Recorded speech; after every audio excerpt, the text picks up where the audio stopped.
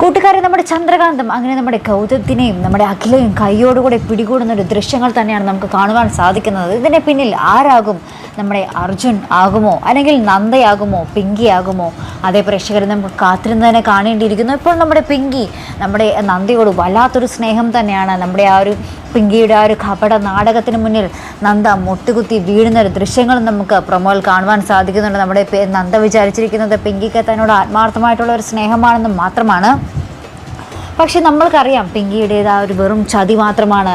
ഗൗതമിൻ്റെ ജീവിതത്തിൽ വേറൊരു പെണ്ണ് കയറി വന്നതിൻ്റെ ആ ഒരു അസൂയയും കുശുമ്പും മാത്രമാണ് നമ്മുടെ പിങ്കിക്കുള്ളിൽ നമ്മുടെ നന്ദയെ ആ ഒരു എന്താ പറയുക ഉള്ളുകൊണ്ട് വളരെ സന്തോഷത്തിൽ തന്നെയാണ് നന്ദയെ നമ്മുടെ പിങ്കി ആശ്വസിപ്പിക്കുന്നത്. എന്തായാലും നന്ദ ആ ഒരു ഗൗതമിൻ്റെ മനസ്സിൽ ഇല്ല എന്നുള്ളൊരു തോന്നലാണ് നമ്മുടെ പിങ്കി ഇപ്പോൾ എല്ലാ കരുക്കളും നീക്കുന്നത് കേട്ടോ. അപ്പോൾ നമ്മുടെ അർജുൻ നമ്മുടെ ഗൗതമിനെ ഫോളോ ചെയ്ത് ഗൗതം എവിടേക്കാണ്, ആരെയാണ് കാണാൻ പോകുന്നത് എന്നുള്ള എല്ലാ ഡീറ്റെയിൽസും എല്ലാ രഹസ്യങ്ങളും നമ്മുടെ അർജുൻ അറിയുന്നുണ്ട്. ശേഷം നമ്മുടെ അർജുൻ അത് മനസ്സിലാകുമോ? അത് തൻ്റെ കളിക്കൂട്ടുകാരി ആമയാണെന്നുള്ളൊരു കാര്യം മനസ്സിലാകുമോ? അല്ലെങ്കിൽ എന്താ പറയുക, അർജുന നമ്മുടെ അഭിരാമിയെ നമ്മുടെ നിയമത്തിന് മുന്നിലേക്ക് വിട്ടുകൊടുക്കുമോ?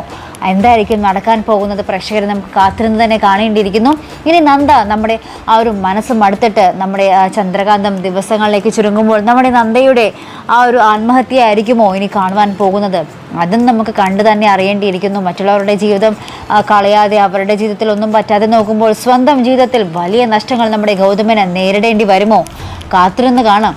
അപ്പോൾ ഇതുപോലുള്ള പ്രൊമോ റിവ്യൂസിനും എപ്പിസോഡ് റിവ്യൂസിനും ഒക്കെ നിങ്ങൾ മറക്കാതെ ചാനൽ സബ്സ്ക്രൈബ് ചെയ്യുക. അടുത്തൊരു വീഡിയോയുമായി വരുന്നത് വരേക്കും ഗുഡ് ബൈ.